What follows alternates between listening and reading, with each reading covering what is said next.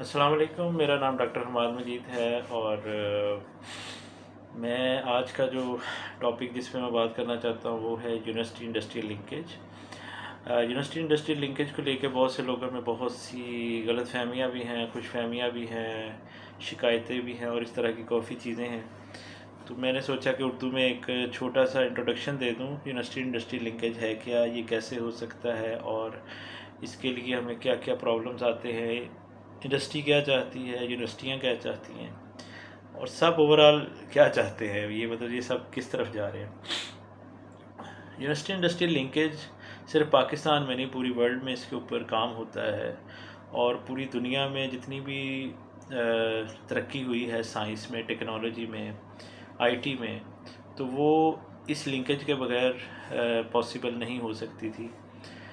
यूनिवर्सिटियों में जो पढ़ाया जाता है, अगर उनकी टोटल एजुकेशन इस तरह की हो कि वो सिर्फ़ एक किताब की हद तक हो और जब हम प्रैक्टिकली स्टूडेंट्स को डिग्री देने के बाद वो इंडस्ट्री में जाए और वहाँ पर जाकर वो देखे कुछ ऐसा जो उसने ना पढ़ा हो, ना टीचर्स को पता हो, ना टीचर्स ने पढ़ाया हो, तो वहाँ पर जाकर वो एक तो कॉम्प्लेक्स में आ जाता है, दूसरा वहाँ पर इंस्टीट्यूट की भी इंसल्ट होती है और डिग्री की भी।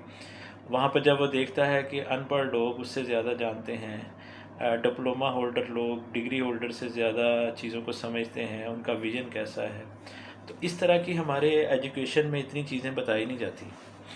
जिसका प्रॉब्लम ये है कि और हमारे जितने भी यूनिवर्सिटी में टीचर्स हजरात हैं, उस्ताद मोहतरम हैं, वो जब भी एक काम करते हैं वो उस काम को ये समझते हैं कि हम बहुत अच्छा कर रहे हैं।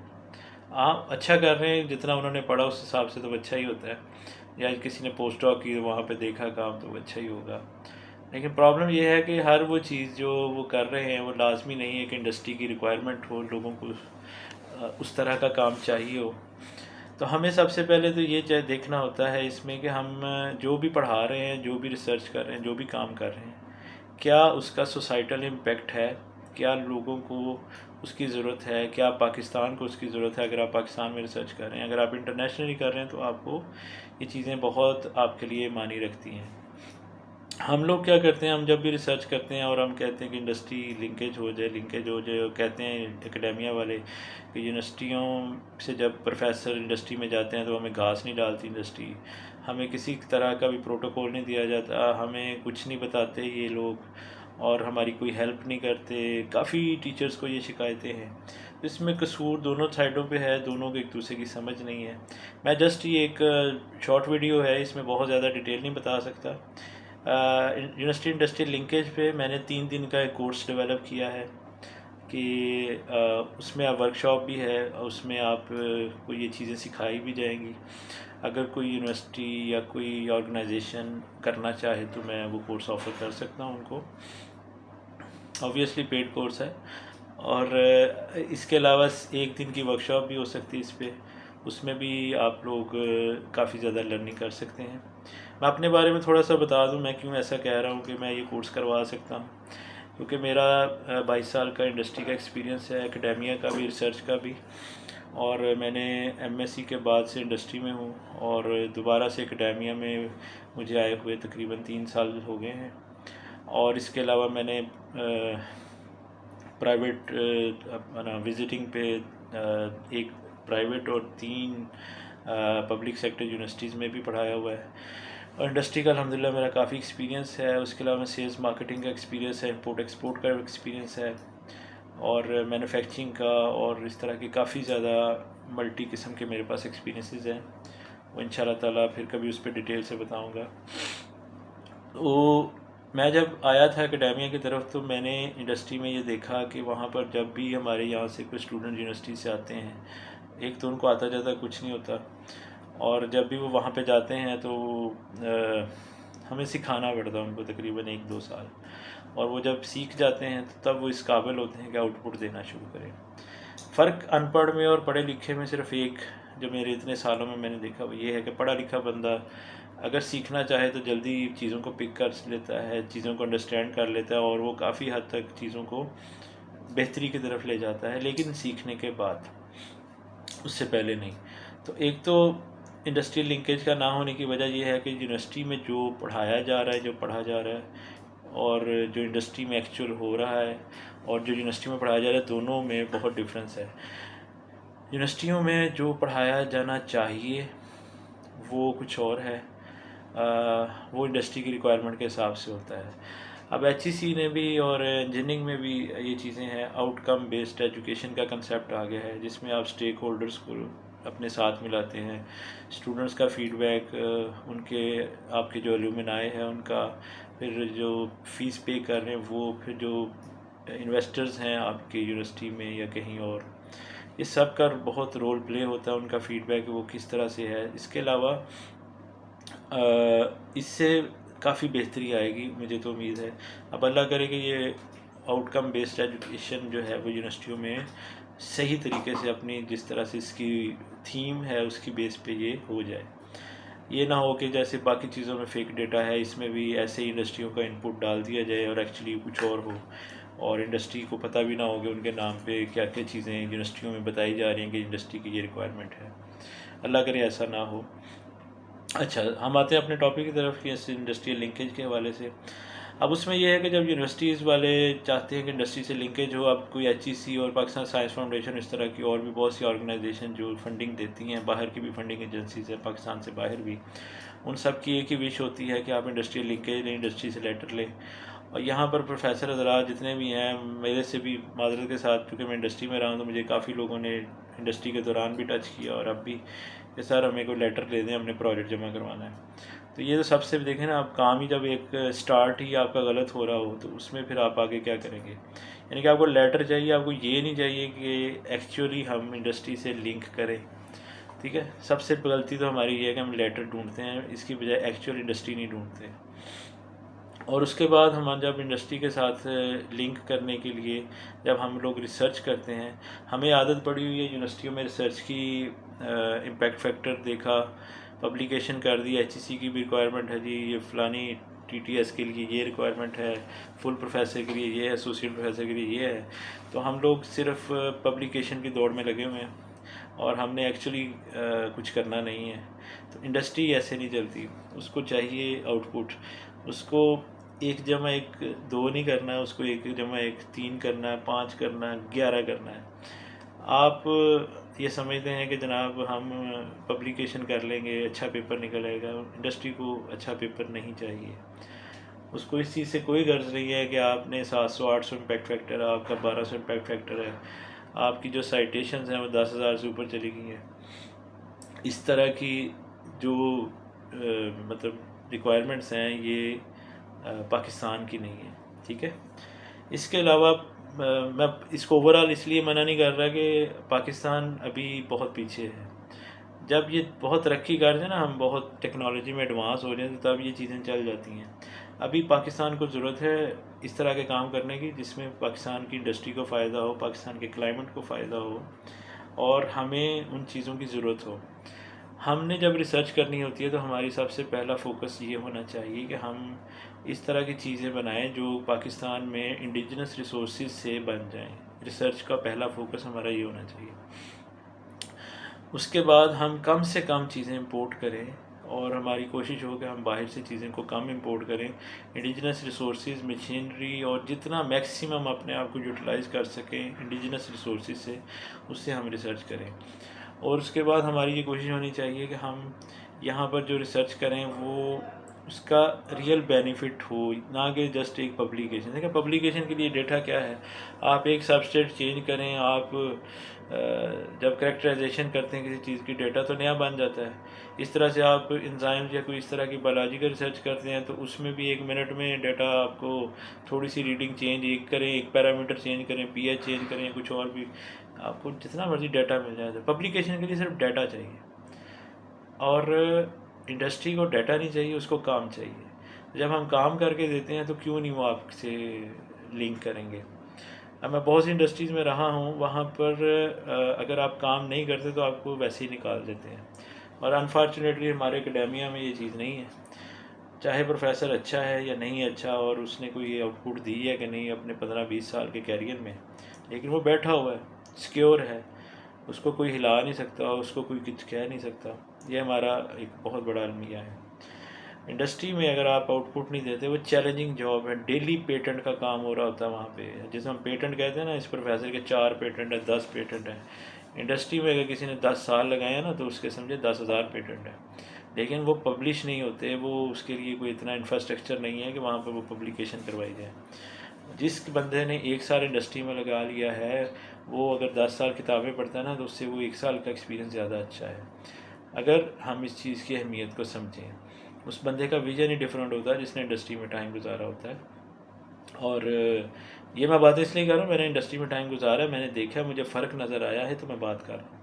और यूनिवर्सिटी में प्रोफेसर्स का जो कैलिबर है और जो उनका फोकस है, जो उनका विज़न है, उसको भी मैं देख चुका हूँ, इसलिए मैं बात कर रहा हूँ। उस विज़न को चेंज करने की ज़रूरत है। ये मेरी जो तनकीद है, ये कोई मतलब इंसल्टिंग पॉइंट ऑफ व्यू से नहीं है, मोटिवेशन के लिए है कि अपने आप को चेंज करने की ज़रूरत है यूनिवर्सिटीज़ के प्रोफेसर्स को। उसके बाद जब हम इंडस्ट्री से लिंक करना चाहते हैं, तो उसमें हम उनको कुछ बेनिफिट दें। हम बेनिफिट अगर देंगे नहीं, तो फिर लिंकेज नहीं डेवलप होगा। और बेनिफिट कौन सा उनको चाहिए, जो उनकी रिक्वायरमेंट हो, उनके प्रॉब्लम्स हैं। बहुत सी चीज़ें ऐसी हैं जो वो प्रॉब्लम्स आपको बताते नहीं हैं, आपको उनसे प्रॉब्लम निकलवाने पड़ते हैं। डेली बेसिस पे कोई ना कोई उनको चैलेंज, कोई ना कोई प्रॉब्लम होती है, और उस चैलेंज और प्रॉब्लम से उनको अपने आप को निकालने के लिए उनको ज़रूरत होती है रिसर्च की। हर इंडस्ट्री के अंदर R&D डिपार्टमेंट होता है, research and development. Innovation department भी होता है, जिसको प्रोडक्ट डेवलपमेंट सेक्शन भी होते हैं उनके। इस तरह की वो रिसर्च करते रहते हैं। एक तो उनकी रेगुलर टेस्टिंग होती है कि जो भी चीज़ें वो इस्तेमाल करते हैं, उसकी रेगुलर वो लैब टेस्टिंग सारी करते हैं, और प्रोडक्शन में, ताकि उनको कोई प्रॉब्लम ना आए। हमें तो ये नहीं पता होता इंडस्ट्री में काम होता कैसे है। सबसे पहले तो प्रोफेसर को ये ट्रेनिंग देने की ज़रूरत है कि इंडस्ट्री चलती कैसे। हर तरह की इंडस्ट्री का एक बेसिक थीम, उसकी फील्ड से रिलेटेड सबको पता होना चाहिए, ताकि उसके मुताबिक अपना माइंड सेट बनाएं, स्टूडेंट्स का माइंड सेट बनाएं, उस हिसाब से करिकुलम डेवलप करें, उस हिसाब से पढ़ाएं। और किताबें हर टॉपिक पे नहीं होती। मैं मतलब बहुत सी रिसर्च पब्लिकेशंस ऐसी मैंने पढ़ी हैं, सिर्फ ये नहीं कि हमारे कोई यहाँ पे, मैंने अच्छे जर्नल्स में पब्लिश हुए हाई इम्पैक्ट फैक्टर में पेपर पढ़े हैं, जो पढ़ते ही मुझे कंफर्म पता था कि ये फेक डेटा है और इसका कोई फ़ायदा नहीं है, और अगर ये रिसर्च हम इंडस्ट्री में करें तो हमारा तो सारा काम ख़राब हो जाए। तब इस तरह की अप्रोच से पेपर लिखे जाएंगे और पेपर पब्लिश होंगे, तो उसका कोई फ़ायदा नहीं है। और एक पेपर में मिस्टेक हुई, मैं उसकी डिटेल में नहीं जाता। वो मिस्टेक होगी, मुझे समझ आ गई कि एक सिफर ज़्यादा लग गया उस बंदे से। 6% की बजाय 60% लिखा गया उससे एक पेपर में। चले, वो गलती समझ में आता है, शायद होगी वो, मतलब। लेकिन उसके बाद जो 3-4 पेपर आए हैं, किसी ने 55% लिखा हुआ है, किसी ने 75 लिखा हुआ है, वो तो मिस्टेक नहीं है ना, वो तो मतलब है जानबूझ के फ्रॉड किया हुआ है, एजुकेशनल क्राइम है।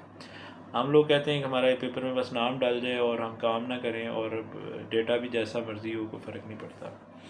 एनीवे, उसके बाद हम जब इंडस्ट्री में जाते हैं, उनको बेनिफिट दें, तो बेनिफिट हम उनको देते हैं कॉस्ट का, उनको देते हैं क्वालिटी का, उनको देते हैं प्रोडक्शन का। और जो सबसे मेन बेनिफिट जो आजकल सबको चाहिए, वो क्लाइमेट चेंज के हवाले से है, एनवायरनमेंट के हवाले से है, कि हमारी जो प्रोडक्ट है वो कितनी सस्टेनेबल बन रही है, कितना कार्बन फुटप्रिंट कम हो रहा है। और जैसे प्रोडक्ट को रीयूज़ करना, रिसाइकल करना है, मैंने अपनी लास्ट वीडियो में भी बताया था, सर्कुलर इकोनॉमी का कंसेप्ट है। रीरूट करना, रीयूज़ करना और रिफ्यूज़ करना, मतलब हम कम से कम जो प्रोसेस केमिकल और दूसरी चीज़ें इस्तेमाल करें, ताकि हमारी चीज़ें अच्छे से अच्छी डेवलप हों। तो वो उस चीज़ की हमें अच्छा ज़रूरत है। इंडस्ट्री लिंकेज कोई इतनी ज़्यादा प्रॉब्लमेटिक चीज़ नहीं है, हमने बस ऐसे इसको बना लिया है, सिर्फ अवेयरनेस की ज़रूरत है। इंडस्ट्री बहुत वेलकम करती है, जो भी लोग उनके पास जाते हैं वो उनको अकोमोडेट करती है, उनको काम सिखाती है। इवन प्रोफेसर्स को भी ट्रेनिंग दे सकते हैं, वो स्टूडेंट्स को भी दे सकते हैं। इंटर्नशिप प्रोग्राम है, पूरी दुनिया में डिग्री जब होती है तो स्टूडेंट्स को 1 या 2 सेमेस्टर के लिए इंडस्ट्री में फेंका जाता है, जहाँ पे वो सीखें। हमारे यहाँ पे एजुकेशन में इस तरह की रिफॉर्म्स की बहुत ज़रूरत है कि हर डिग्री जिसकी कोई इंडस्ट्री है पाकिस्तान में, वो कम से कम 1 या 2 सेमेस्टर वहाँ पर ज़रूर लगाए, और स्टूडेंट्स को हम इस तरह की तरबियत दें। जो टीचर्स प्रोजेक्ट लिखते हैं इंडस्ट्री से रिलेटेड, पहले इंडस्ट्री में जाएं, अपने उनके प्रॉब्लम्स के ऊपर दिमाग खर्चें, रिसर्च करें, लिटरेचर सर्वे करें, और फिर उनको बताएं कि इस तरह का काम, और उनके मशवरे से प्रोजेक्ट लिखें, ना कि अपनी मर्ज़ी से जो दिल में आया या जो रिसर्च पब्लिकेशन देखी बाहर की, तो उस हिसाब से बनाना शुरू कर दिया। तो ये मुख्तसर सी बात थी इंडस्ट्री लिंकेज के हवाले से।